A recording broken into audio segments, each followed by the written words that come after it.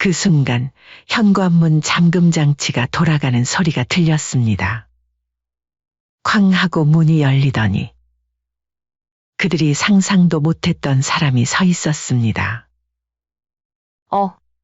어머니, 도대체 어디 계셨던 거예요? 그보다 갑자기 왜 돌아오셨어요? 박씨 할머니는 천천히 입을 열었습니다. 내가 너희에게 줄 것이 있어서 돌아왔다. 아들은 어리둥절한 표정으로 물었습니다. 줄 게 뭔데요, 엄마?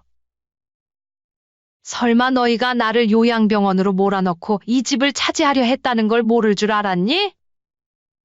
순간 아들과 며느리는 얼굴이 하얗게 질렸습니다.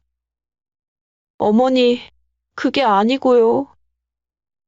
그러면서 박씨 할머니는 서류 한 장을 꺼내 보였습니다. 이게 뭔지 알아? 너희가 나를 요양병원에 보낸다고 했을 때 내가 미리 준비해둔 서류야. 박씨 할머니는 아파트 명의를 이전하지 않았음을 증명하는 서류를 내밀며 말했습니다.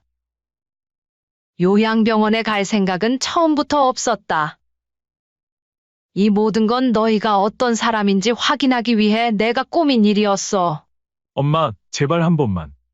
우리가 잘못했어요. 어머니, 용서해 주세요. 내 집에서 당장 나가! 안녕하세요. 사연의 주인공은 70세 박명희 할머니입니다. 박씨 할머니는 서울 시내의 작은 아파트에서 홀로 지내고 있었습니다. 12층에 위치한 이 아파트는 창밖으로 도시의 전경이 한눈에 들어오는 곳이죠. 평생 열심히 일하면서 모는 돈으로 이 아파트를 사게 된답니다. 박씨 할머니는 이곳에서 스스로 집을 꾸미고 손질하며 정성스럽게 살아왔습니다. 매일 아침이면 창틀에 먼지를 닦고 화분에 물을 주면서 바닥을 닦는 일도 그르는 법이 없었죠. 박씨 할머니에게는 집안 곳곳에 있는 추억들이 있고 아파트는 단순한 거처가 아니라 그동안의 삶의 모든 순간들이 고스란히 남아있는 곳이었습니다. 그런데 박씨 할머니에겐 아들 부부조차 모르는 비밀이 하나 있었습니다. 바로 사별한 남편이 남긴 상당한 유산이었죠. 박씨 할머니의 남편은 세상을 떠나기 전 이 재산은 절대 내가 죽고 나서 바로 아들에게 알리지 말고 끝까지 손에 쥐고 있다가 꼭 당신이 세상을 떠날 때 물려줘야 해. 라고 당부했습니다. 남편은 아들이 스스로 삶의 가치를 배우길 바랐고 그리고 남편 없이 홀로 남겨질 박씨 할머니의 노후까지 염두하여 이런 유언을 남긴 것이었습니다. 그래서 박씨 할머니는 지금까지 그 유산을 철저히 숨기고 작은 아파트에서 검소하게 살아왔습니다. 이 유산은 언제나 그녀의 마음속 깊이 비밀로 남아 있었습니다. 박씨 할머니는 남편의 뜻을 따르기 위해 오랫동안 자신의 생활을 간소하게 유지하며 유산에 대한 이야기를 꺼낸 적이 없었습니다. 그녀에게 있어 이 비밀은 남편과의 약속이자 아들에게 남기고 싶은 진정한 교훈이었기에 더욱더 철저히 지켜져야만 하는 것이었습니다. 어느 날 박씨 할머니는 아들 이상우에게서 전화를 받게 됩니다. 여보세요? 엄마, 저희 전세 계약이 끝나서요. 요즘 집을 구하는 게 너무 힘들어요. 조금만 엄마 집에서 지내도 될까요? 아들의 목소리는 간절해 보였습니다.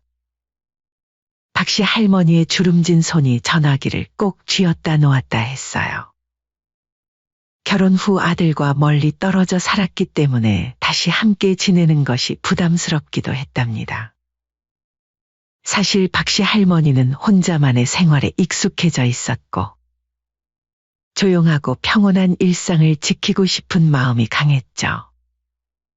하지만 어려움에 처한 아들의 부탁을 거절할 수는 없었습니다. 아들이 힘들어하는 상황에서 도움을 주지 않는다면 어머니로서의 역할을 다하지 못하는 것 같아 마음이 무거웠어요.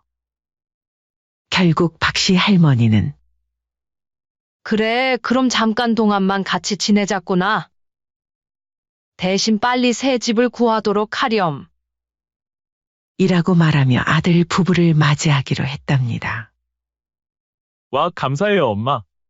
박씨 할머니는 아들 부부와 다시 함께 생활하는 것이 쉽지 않을 것임을 예상하면서도 결국 사랑하는 아들과 며느리의 어려움을 이해하고 도와주려는 마음이 앞섰어요.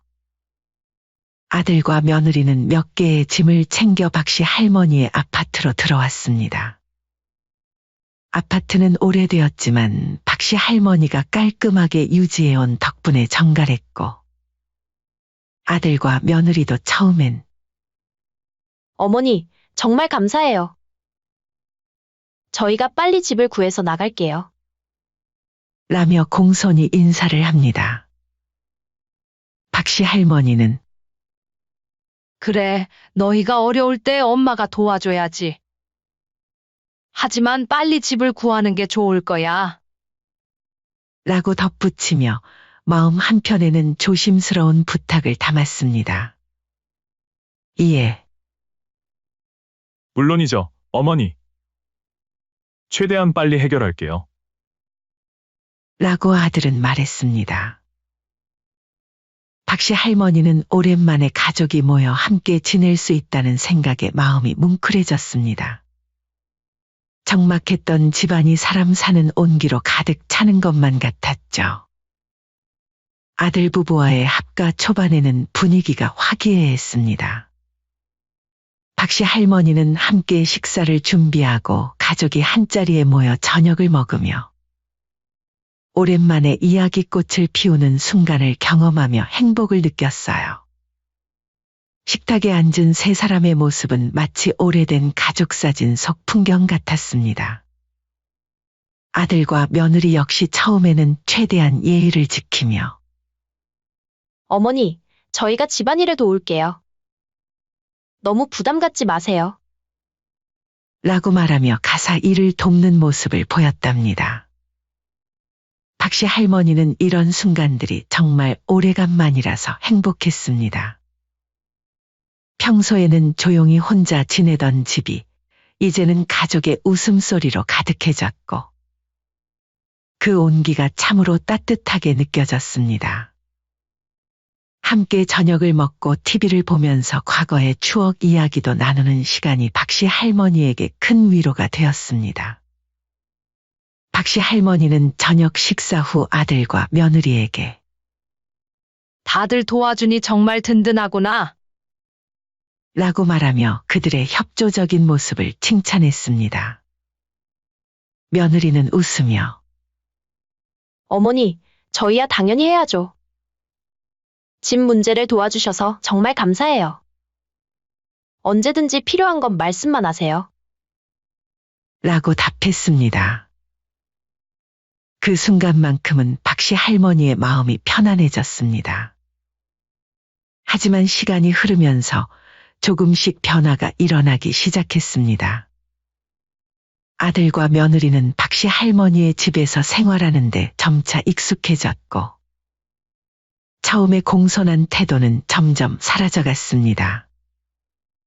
처음에는 어머니, 오늘은 저희가 저녁을 준비할게요. 라고 말하던 며느리가 어느새 어머니, 오늘 저녁 좀 준비해 주실 수 있으세요? 제가 너무 피곤해서요. 라고 말하기 시작했습니다. 이 요청은 처음엔 드문드문 있었지만 점차 빈번해졌습니다. 박씨 할머니는 어느 날 저녁 하루 종일 집안일을 하느라 허리가 아팠지만 며느리에게 미수가, 오늘은 내가 저녁을 준비해주면 좋겠다. 나도 좀 쉬고 싶구나. 라고 조심스럽게 부탁했지만 며느리는 잠시 얼굴이 일그러지더니 오히려 적반하장으로 어머니, 저도 하루 종일 일하고 왔는데 집에서까지 일을 해야 하나요? 어머니 아들한테나 하라고 하세요. 저야말로 좀 쉴 시간이 필요해요. 라고 뻔뻔하게 말하며 방으로 들어가 버렸습니다. 며느리가 소리를 빽 지르자 박씨 할머니는 놀라서 화도 내지 못하고 그저 망연히 며느리의 방으로 들어가는 모습을 바라볼 수밖에 없었습니다. 아들 역시 처음에는 엄마, 저희가 빨리 나갈게요. 라고 약속했지만 시간이 흐르면서 요즘 부동산 상황이 너무 안 좋아서 당장 나갈 수가 없어요. 어쩔 수 없이 좀 더 있어야 할 것 같아요. 라며 말끝을 흐렸습니다. 매일 저녁 핸드폰만 들여다보며 게임에 빠져있는 아들의 모습에서 집을 구하려는 노력은 찾아볼 수 없었죠. 박씨 할머니는 하루는 아들에게 상우야, 엄마도 이제는 좀 힘들다. 너희가 언제쯤 나갈 수 있을지 이야기해 줄 수 있겠니? 라고 말했습니다. 박씨 할머니의 목소리는 떨렸고 손은 앞치마 자락을 꼭 쥐고 있었습니다. 하지만 아들은 TV에서 눈을 떼지 않은 채 어머니, 지금 너무 바빠서 그러는데 나중에 이야기해요. 좀. 하고 대답했습니다. 그 순간 박씨 할머니의 마음 한켠이 무너져 내렸습니다. 박씨 할머니는 무언가 잘못되어 가고 있음을 뼈저리게 느끼게 되었습니다. 혼자 살 때는 간단한 끼니와 가벼운 청소만으로도 충분했던 일상이 이제는 아침부터 저녁까지 쉴 틈 없는 노동이 되었습니다. 아들 내외가 출근한 뒤에는 어질러진 거실을 치우고 쌓여있는 설거지를 하고 욕실 청소에 빨래까지 70세의 노인이 매일같이 집안 구석구석을 청소하고 식사 준비를 하고 빨래를 하는 동안 아들과 며느리는 여유롭게 TV를 보거나 쉬면서도 당연히 박씨 할머니가 그들을 위해 일을 해줄 것이라 기대하고 있었습니다. 어머니, 제 속옷에 섬유유연제 안 넣고 빠르셨죠? 어머, 이걸 보세요. 뻣뻣하잖아요. 제가 어제 새로 산 섬유유연제 어디 두셨어요? 며느리는 빨래를 확인하다 못마땅한 듯 인상을 찌푸리며 말했습니다. 아이고, 미안하구나. 내가 깜빡했나 보네. 박씨 할머니는 허리도 아프고 다리도 아팠지만 며느리의 빨래를 다시 한번 세탁기에 넣었습니다. 혼자 살 때는 상상도 못했던 일이었습니다. 며느리의 속옷까지 빨아야 하는 처지가 된 것이 부끄럽고 서러웠지만 말 한마디 꺼낼 수 없었죠. 한편으로는 아들과 며느리가 이렇게 뻔뻔하게 변할 줄 몰랐다는 생각에 가슴 한켠이 아렸습니다. 어느 날 며느리는 친구들을 초대하겠다고 말했습니다. 어머니, 오늘 청소는 좀 더 신경 써주셔야 해요. 제 친구들이 오거든요. 라고 말하며 박씨 할머니에게 청소를 맡겼습니다. 새벽부터 일어나 구석구석을 닦고 쓸었지만 친구들이 도착했을 때는 어머니가 계시면 불편해하니 방에 들어가 계세요. 라며 박씨 할머니를 밀어냈습니다. 박씨 할머니는 당황한 듯 미수가, 그건 좀. 이라고 짧게 말했지만 며느리는 재촉하며 방으로 박씨 할머니를 내쫓아 버렸습니다. 방으로 들어가는 박씨 할머니의 뒤로 며느리의 작은 목소리가 들려왔습니다. 노인 냄새라도 나면 어쩌나. 박씨 할머니는 그 말을 들었지만 차마 뒤돌아보지 못했습니다. 대신 방문을 닫고 조용히 자신의 옷깃을 맡아보았습니다. 자기 집에서 방에 갇혀 있어야 하는 상황에 박씨 할머니는 눈물이 났지만 소리내어 울지도 못하고 베개를 꼭 끌어안았습니다. 며느리의 친구들의 웃음소리와 떠드는 소리가 벽을 넘어 들려올 때마다 가슴이 조여왔습니다. 박씨 할머니는 며느리의 친구들이 떠난 후 며느리에게 미수가 아무리 그래도 방에 들어가 나오지 말라는 말은 너무 서운하구나. 라고 조용히 말했지만 며느리는 아, 죄송해요, 어머니. 하지만 제 친구들이 자주 오는 것도 아니고 그 정도는 이해해 주세요. 라고 답하며 대수롭지 않게 넘겼습니다.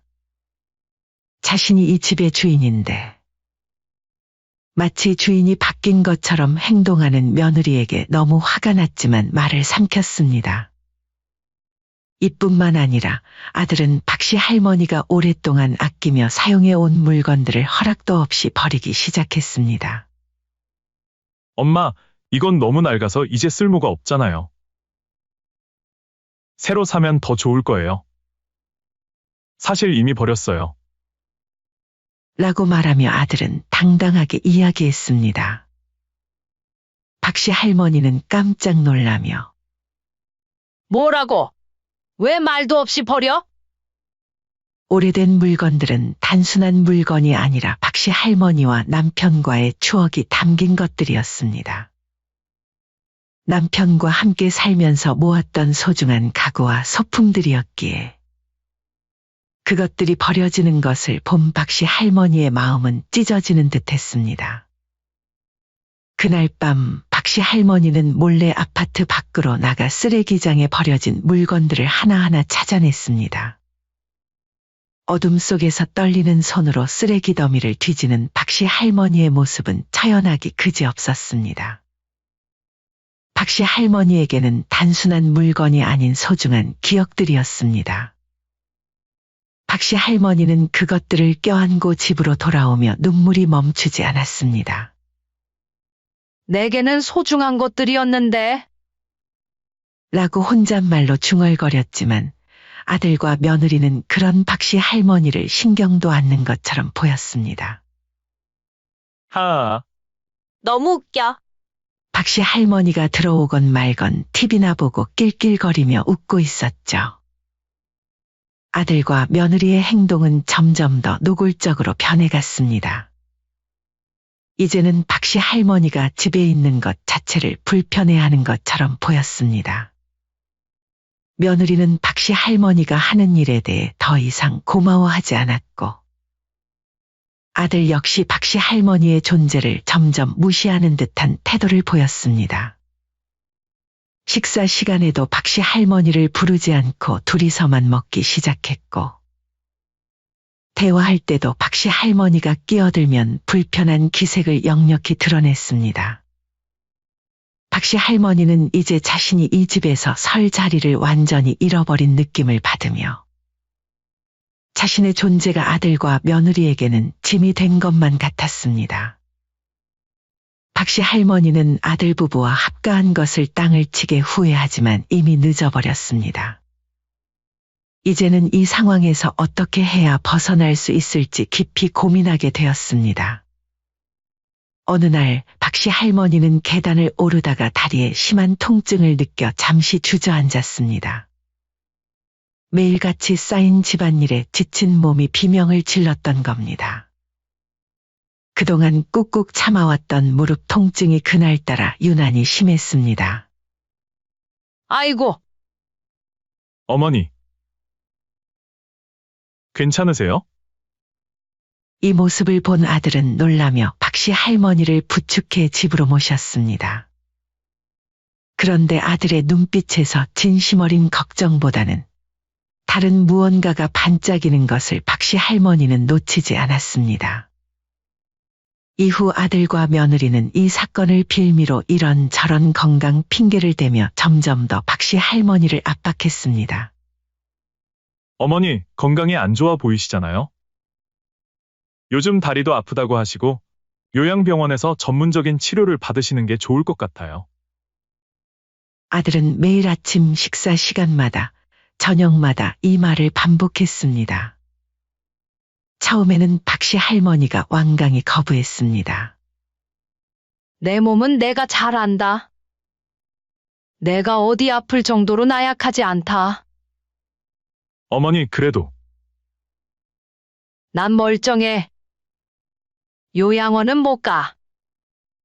딱 잘라 말하며 요양병원에 가는 것을 거부했지만 아들과 며느리의 압박은 나날이 거세졌습니다. 그러던 어느 날 며느리는 한층 더 다정한 목소리로 접근했습니다. 어머니, 저희도 어머니 건강이 너무 걱정돼서 그래요. 완전히 가시라는 게 아니라 잠시만 요양병원에 가셔서 치료만 받으시면 좋겠어요. 그동안 충분히 쉬시면 몸이 훨씬 나아지실 거예요. 그동안 저희가 이 집을 잘 관리할게요. 박씨 할머니는 며느리의 달콤한 말 속에 숨은 독을 느낄 수 있었습니다. 마음속 깊이 불안함이 커져갔습니다. 아들과 며느리가 진심으로 자신의 건강을 걱정하는 것인지 아니면 다른 검은 속셈이 있는 것인지 혼란스러웠습니다. 며칠 후 아들은 더욱 충격적인 제안을 했습니다. 저녁 식사 후 텔레비전 소리를 낮추며 조심스럽게 입을 열었습니다. 어머니, 집에 저희가 살면서 여러 가지 관리해야 할 일들이 많아요. 집 관련 서류 처리나 관리비 납부 같은 것도 아들인 제 이름으로 돼 있어야 수월해요. 명의를 잠깐 제 앞으로 넘겨주시면 요양병원에 계시는 동안 저희가 잘 처리할게요. 아들은 박씨 할머니를 설득하기 시작했습니다. 박씨 할머니는 아들과 며느리의 요구가 점점 더 대담해지는 것을 보며 그들의 의도를 완전히 깨달았습니다. 서랍 속 남편의 유산이 든 통장이 떠올랐습니다. 박씨 할머니는 속으로 아들과 며느리의 속셈을 파악했지만 겉으로는 그들의 요구를 받아들이는 척하며 연기를 하기로 결심했습니다. 너네가 어디까지 갈지 끝까지 한번 두고 보자. 그래, 내 말대로 하자. 요양병원에 잠깐 가서 치료받고 오마. 아파트 명의도 내 앞으로 해놓을게. 걱정 마. 박씨 할머니는 억지로 미소를 지으며 대답했습니다. 그 말을 듣자마자 아들과 며느리의 얼굴에 환한 미소가 번졌습니다. 마치 5살 아이가 갖고 싶던 장난감을 받은 것처럼 들뜬 표정이었습니다. 이제 집이 자신들의 것이 될 것이라고 믿으며 그동안 숨겨왔던 속마음을 하나둘 드러내기 시작했습니다. 아들은 박씨 할머니의 물건들을 거실과 방에서 치우기 시작하며 엄마도 한동안은 이 집에 안 계실 거니까 필요한 것만 챙겨두면 되겠지. 라며 태연하게 행동했습니다. 며느리는 더 대담했습니다. 아파트를 자신들만의 취향대로 꾸미기 위해 새로 인테리어 계획을 세우고 가구를 바꿀 생각에 흥분해 있었습니다. 여보, 이제 저 낡은 장식장도 치우고 세련된 걸로 바꿔요. 그리고 어머니 방은 우리 애기 방으로 꾸며볼까요? 분홍색 벽지에 아기자기한 소품들로 채우면 예쁘겠죠? 박씨 할머니는 부엌에서 이 모든 대화를 몰래 듣고 있었습니다. 박씨 할머니는 그런 아들과 며느리의 행동을 일부러 모른 척 지켜보며 더욱 결심을 굳혔습니다. 아들과 며느리가 아파트를 뺏기 위해 자신을 요양병원에다 버릴 것이라는 사실을 이제는 부정할 수 없었고 박씨 할머니는 그들의 행동을 더 이상 참아줄 수 없다고 느꼈습니다. 박씨 할머니는 천벌받아 마땅한 아들 며느리에게 복수할 준비가 다 끝났습니다. 드디어 대망의 날이 되었습니다. 요양병원에 가기로 한 날 박씨 할머니는 아들과 며느리에게 말도 없이 집을 떠났습니다. 희미한 새벽빛이 스며드는 이른 아침, 아들 내외가 곤히 잠든 시간을 기다렸다가 조용히 방문을 열었습니다. 서랍 깊숙이 숨겨둔 통장과 몇 가지 소중한 물건들만 담은 낡은 보따리 하나를 들고서 미리 친구와 상의한 대로 평생을 살아온 집을 뒤로한 채 친구의 집으로 향했습니다. 이제 자신을 무시하고 재산을 뺏으려 한 아들 며느리에게 복수할 계획을 실행한 것입니다. 어머니 들어가도 돼요? 아침이 되어 아들이 박씨 할머니의 방문을 두드렸지만 대답이 없었습니다. 어머니. 요양병원 가셔야죠. 문을 열어보니 방은 텅 비어 있었고 옷장 한켠에 놓여있던 옷가지들도 사라져 있었습니다. 박씨 할머니가 말도 없이 감쪽같이 사라지자 아들과 며느리는 그날 박씨 할머니가 직접 요양병원에 입원할 건 아닐까 생각했습니다. 여보, 어머니가 먼저 가신 건가? 그럴 리가. 어머니 전화 좀 해봐요. 그러나 박씨 할머니가 가기로 했던 요양병원에서 박명희님께서 오시지 않으셨습니다. 라는 연락이 오자 아들과 며느리는 당황했습니다. 아들과 며느리는 발만 동동 구르며 박씨 할머니를 찾아 나섰습니다. 이웃집을 돌아다니고 알만한 친구들에게 연락도 해보았지만 박씨 할머니의 행방은 오리무중이었습니다. 하지만 이틀, 사흘이 지나도 박씨 할머니의 소식이 없자 아들과 며느리의 태도가 조금씩 변하기 시작했습니다. 여보, 어머니가 스스로 떠나신 걸지도 몰라요. 그런 것 같네. 당분간 돌아오지 않으실 것 같아. 어쩌면 평생 동안. 그들의 눈빛에서 불안감이 사라지고 대신 안도의 빛이 스며들었습니다. 아파트 명의도 이미 자신들의 것이었으니 이보다 더 좋은 기회가 있을까 싶었던 겁니다.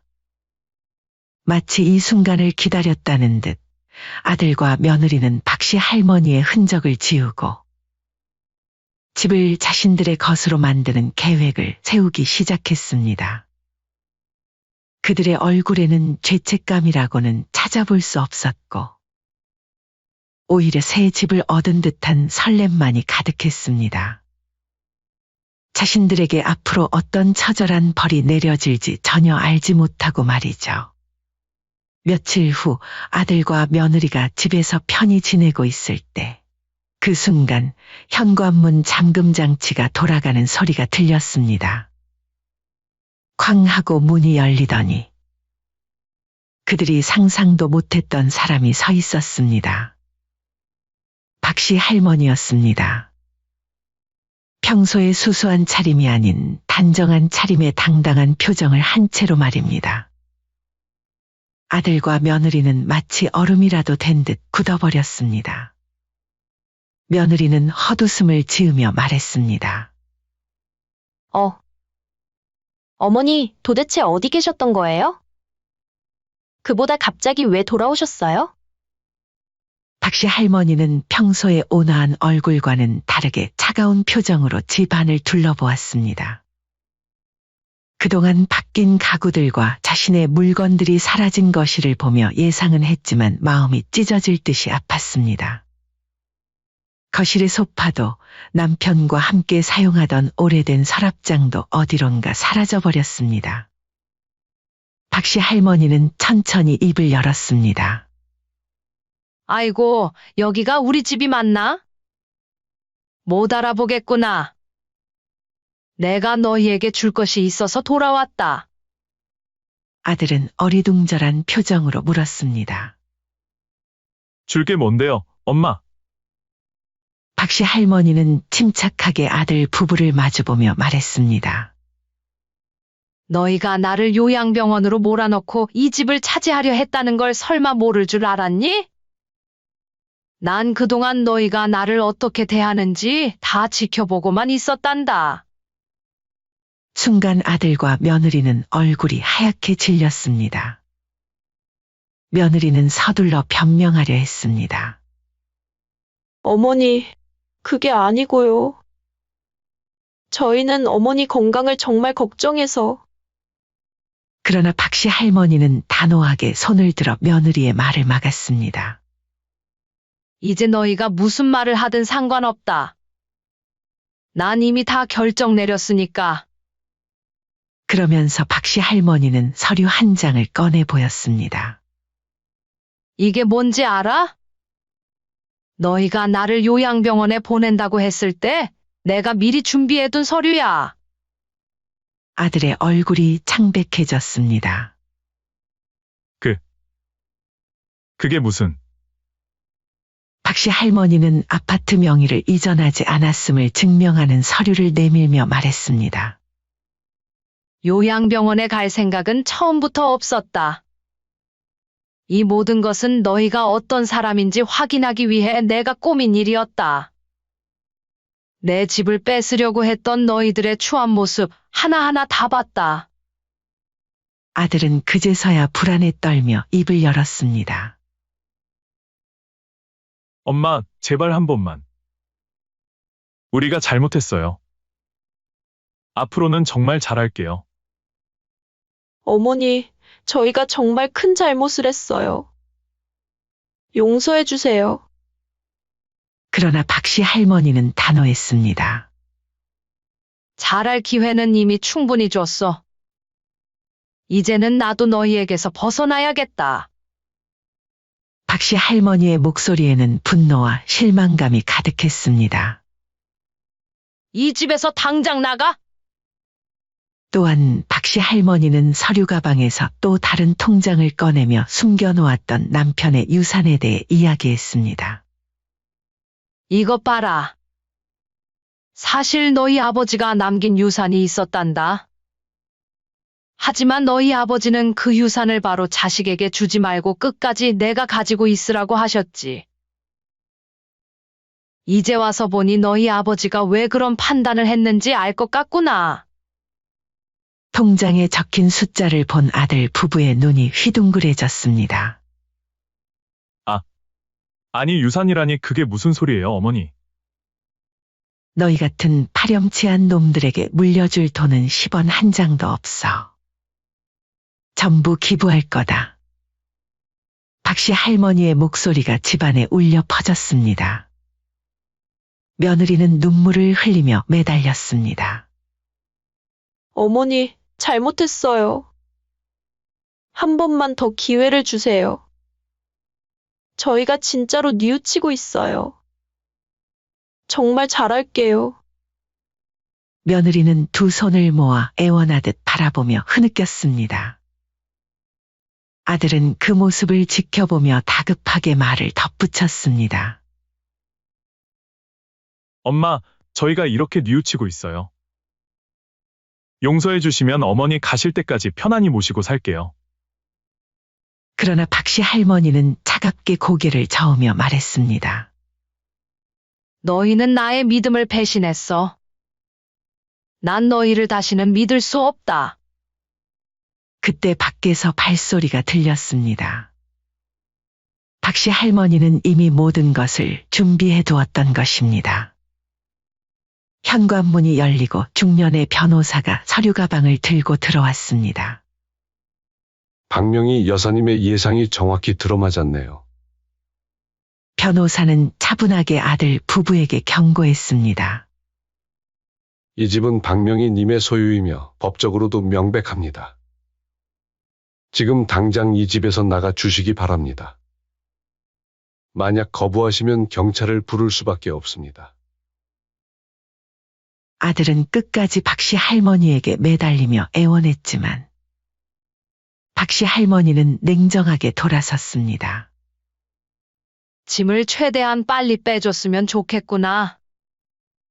더 이상 너희 얼굴 보고 싶지 않다. 결국 아들과 며느리는 짐을 챙겨 집을 떠나야 했습니다.